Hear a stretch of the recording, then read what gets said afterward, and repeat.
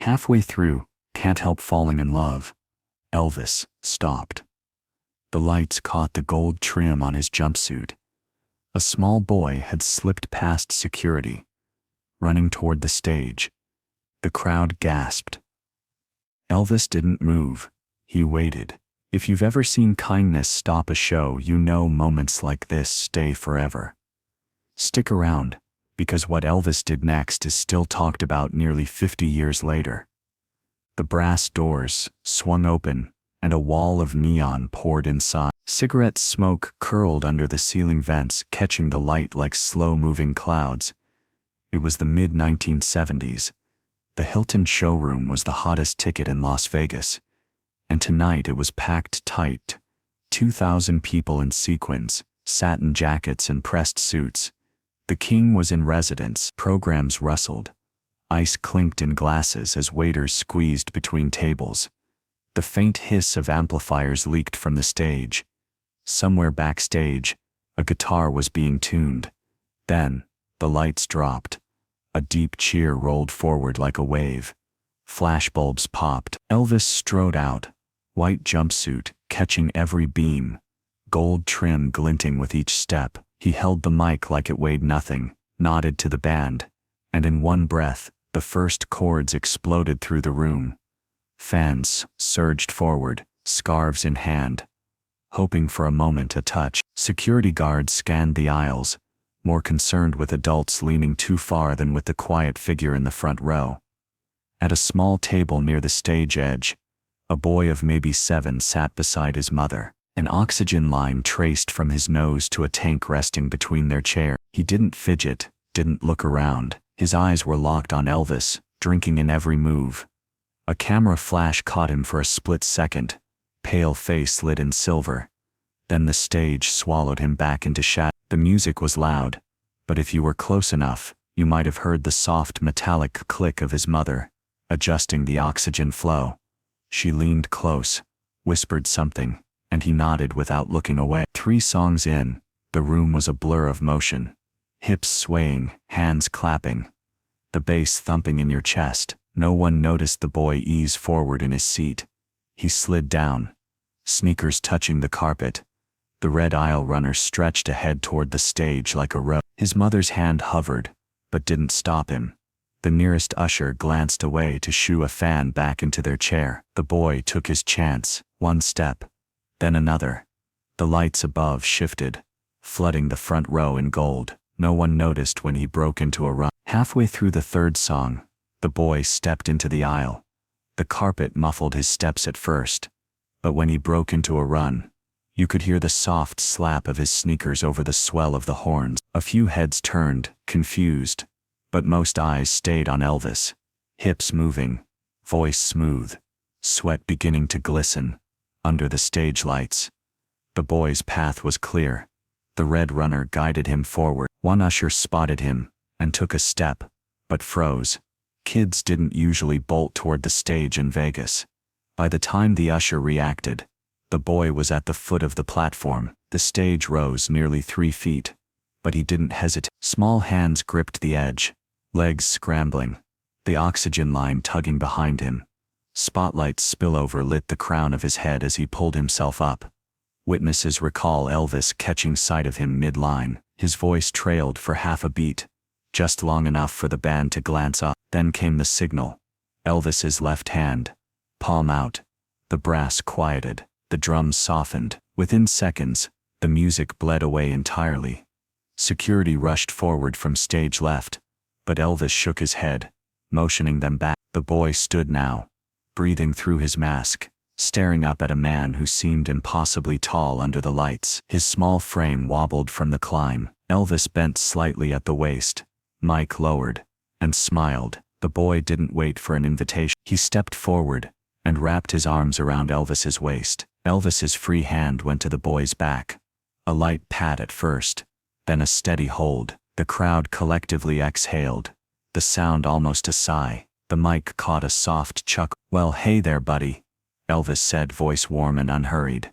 The boy tilted his head up, eyes bright. His lips moved under the mask, too quiet for anyone beyond Elvis to hear. Elvis leaned down, pressing one ear close. His expression changed, still smiling, but softer now, almost protective. He said something back, the words hidden from the audience, then tapped the mic twice, and looked at the band. "Hold up just a second, fellas," he said. The audience was locked in. Nobody moved. Even the waiters stood frozen with drink trays mid-air. From the wings, a security guard shifted nervously, watching the oxygen tube stretch across the stage floor. Elvis took the boy's hand and guided him gently towards center stage. He looked out at the crowd, thousands of faces lit by stage spill and camera flashes. "We're gonna slow things down just a bit," he said into the mic. The crowd responded with a wave of applause, but the sound quickly faded back into stillness. What the boy had whispered, no one in the room knew, but in the next few minutes, they'd all feel the weight of it.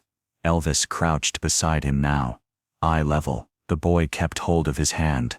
The spotlight narrowed, washing them both in soft gold. And then, with a nod to the pianist, Elvis began to sing, not to the crowd, but to one boy standing inches away. The first piano notes were soft enough to hear the creak of someone shifting in their chair. Elvis stayed crouched, still holding the boy's hand. The rest of the band fell away, leaving just the gentle keys filling the room. The boy's mask had begun to fog from his breath, and his eyes never left Elvis's face. "You like this one?" Elvis asked quietly, his mic tilted just enough for the first few rows to hear. The boy gave a small nod. Elvis smiled, then began to sing, not the booming voice that shook the rafters, but a low, almost conversational tone, as if the two of them were alone. "Wise men say, only fools rush in."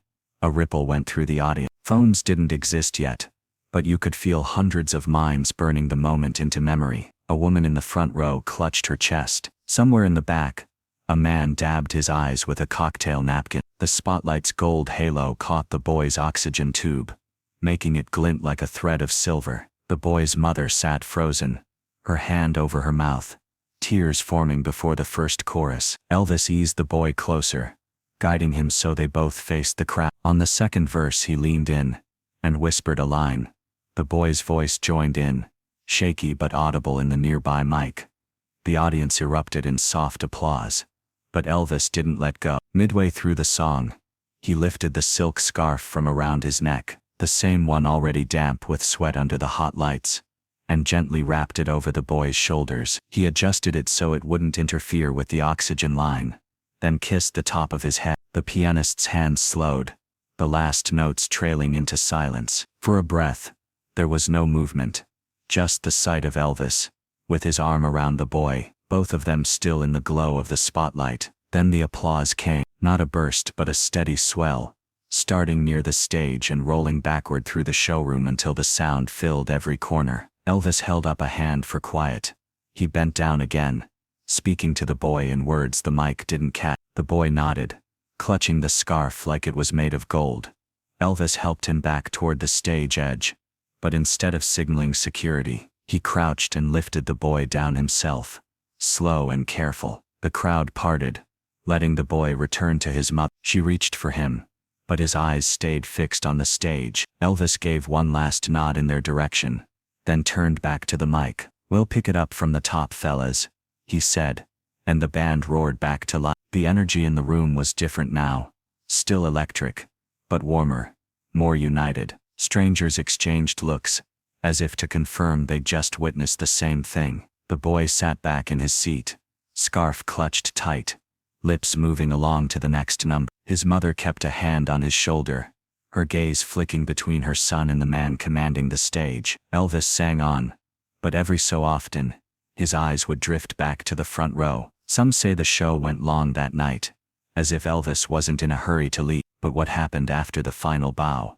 away from the lights and the noise, would make headlines across the country, because the night wasn't over for the boy, not by a long shot. The hallway door thudded shut, and the noise of the showroom dropped to a hush. Backstage smelled of hairspray, leather cases, and warm electronics. A string of vanity bulbs buzzed above a mirror where a white towel lay folded. According to crew on that tour, Elvis asked security to bring the boy and his mother around the curtain instead of through the crowd. The stage hands stepped aside. Someone killed a loud amp.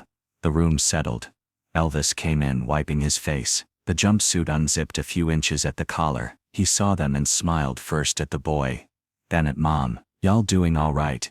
he asked, voice gentle. He waved them to a little sofa. A runner returned with 3 glass bottles of soda and paper straws. The boy held his scarf with both hands. Up close you could see the faint fog on his mask, and the way his knuckles whitened when he squeezed. Elvis crouched to the boy's eye level, not bothering with the "What's your name, buddy?" A tiny answer. Elvis repeated it with a nod, like he was learning it for good. A Polaroid clicked somewhere. Elvis's pianist poked his head in, grinning. A guard hovered by the door, pretending not to watch. The oxygen tank ticked softly as the regulator adjusted. Elvis asked about school. "Favorite songs? You play anything?" he asked. The boy shook his head. Elvis's eyes flicked to the wall where a spare guitar leaned near a coil of cables. He didn't reach for it. Instead he said, "Maybe you will." Then he glanced at Mom. "Y'all local?" She explained the doctor visits, the dates, the long drives. Her hand never left her son's shoulder. According to one aide, Elvis tapped his assistant on the sleeve and murmured, "Get their address, honey." The assistant produced a little note. Mom hesitated, then wrote carefully, double-checking the zip. Elvis watched, then signed a playbill for the boy with a flourish that left the marker squeaking. "For my friend," he wrote, adding the night's date. The boy's breathing eased. He leaned forward and whispered again. Elvis's face softened the way it had on stage. "I heard you," he said. He took the boy's small hand and squeezed once. "You did real good out there." A reporter finally slipped past the rope line. Flash. Another flash. Elvis rose, put one hand up and said, "Give us a minute." The room obeyed. He hugged the boy, a steady, careful hold, long enough that the scarf bunched between them. A stagehand sniffed. Someone laughed softly at themselves for doing it. Elvis stood, tugged his zipper and adjusted his collar. "Now listen," he said to the boy. "Next time you hear I'm in town, you come see me. You won't need a ticket." To the assistant, "Make sure of it." He walked them to the door. Before they left he touched the scarf's edge like a promise. The hallway outside was cooler, concrete underfoot, quiet except for faraway carts rolling over seams. By morning columns ran with it. Some papers called it "The Night the Show Stopped." Radio DJs traded the story, and callers swore they'd seen tears on stage. 3 days later the phone rang, and a week after that, a box landed on their porch. The box was waiting when they got home from school. It sat on the porch, big enough that the boy had to walk around it to reach the door. Brown paper covered every inch, the corners dented from the His mother bent to read the label. Memphis, Tennessee, no return name. They wrestled it inside, the cardboard scuffing against the hallway wall. The boy's breathing quickened, mask fogging as he tugged at the twine. His mother fetched scissors, sliding the blades under the knot. The string fell away with a snap. Inside, beneath a layer of crumpled newspaper, something gleamed. The boy pulled back the paper, and there it was, a child-sized guitar. The wood glowed honey brown in the afternoon light. New strings, polished frets, and a faint scent of varnish rose from the case. Taped to the neck was an envelope. His mother opened it and read aloud, "You'll always have a seat in the front row, Elvis." Her voice caught on the name. She held the note like it might vanish if she breathed too hard. The boy didn't say anything. He just ran his fingers over the smooth body of the guitar, strumming softly, though he didn't know the chords. Under the guitar, wrapped in tissue, were 2 heavy cards, gold lettering, thick as playing pieces. Lifetime passes to any Elvis concert, anywhere. The boy held them up to the light, turning them in his hands. His mother pressed the note to her chest and leaned against the wall. "I think," she said slowly, "we're going to need a frame for this." The scarf from that night hung over a chair, edges brushing the floor. The boy glanced at it, then back to the guitar, as if both were pieces of the same magic. They called relatives, voices rising with disbelief. Word spread fast. By evening, neighbors stopped by just to say hello, but their eyes darted toward the box and its contents. One older neighbor tapped the guitar's case. "You gonna play that, son?" The boy nodded without hesitation. The room that afternoon was full of more than just surprise. There was a quiet sense that something had changed, not just for the boy, but for everyone who knew him. The passes went into a drawer for safekeeping. The guitar stayed propped in the corner by his bed. Each night he'd pluck a few strings before sleeping, still learning, but smiling every time. But before they packed away the wrapping paper, the boy reached in one last time, and felt something thin and flat at the bottom. Beneath the tissue paper was something that made the boy's jaw drop. The last layer of tissue crinkled as he pulled it back. Flat against the cardboard lay a photograph, glossy. It was from that night on stage. Elvis, kneeling, one arm around the boy's shoulders, both smiling into the spotlight. The crowd behind them blurred in shadow. Across the bottom, in thick black ink, were 3 words: "Friends forever." The boy froze, fingers resting just shy of the signature. His mother leaned over his shoulder. That's from the show," she whispered, though they both knew it. He lifted it carefully, tilting it to catch the light. The ink shone fresh, as if it had been signed that morning. He set the photo on the table, then reached for the scarf draped over the chair, wrapping it around his neck exactly as Elvis had done. The guitar leaned beside. In that moment the living room felt smaller, not because of the box or the gifts, but because of the closeness between them. The memory replaying like a film neither wanted to end. Years later he would still have them all. The scarf, the guitar, the photo, the passage. He learned to play, at first awkwardly, then with a steady rhythm. The guitar followed him through high school, into his first apartment, and eventually to the home where his own children were born. Sometimes on quiet evenings, he'd take it out and tell the story, how the king of rock and roll had stopped an entire Vegas showroom for him. He never embellished. He didn't need to. That hug wasn't planned, it wasn't rehearsed, but it became a symbol, proof that in the middle of the glitz and noise, kindness could turn a packed showroom into the quietest place on earth. The photograph still hangs in his living room. Below it, the scarf sits in a shadow box, the fabric faintly yellowed with time. The passes rest in a drawer, edges worn but intact. When visitors ask about them, he smiles, sometimes deflects, sometimes tells the whole story, but he always ends it the same way. "I was just a kid." He didn't have to stop, but he did. If this moved you, share it with someone who believes kindness can stop a room, and tell me, if you had 1 minute with your hero, what would you say?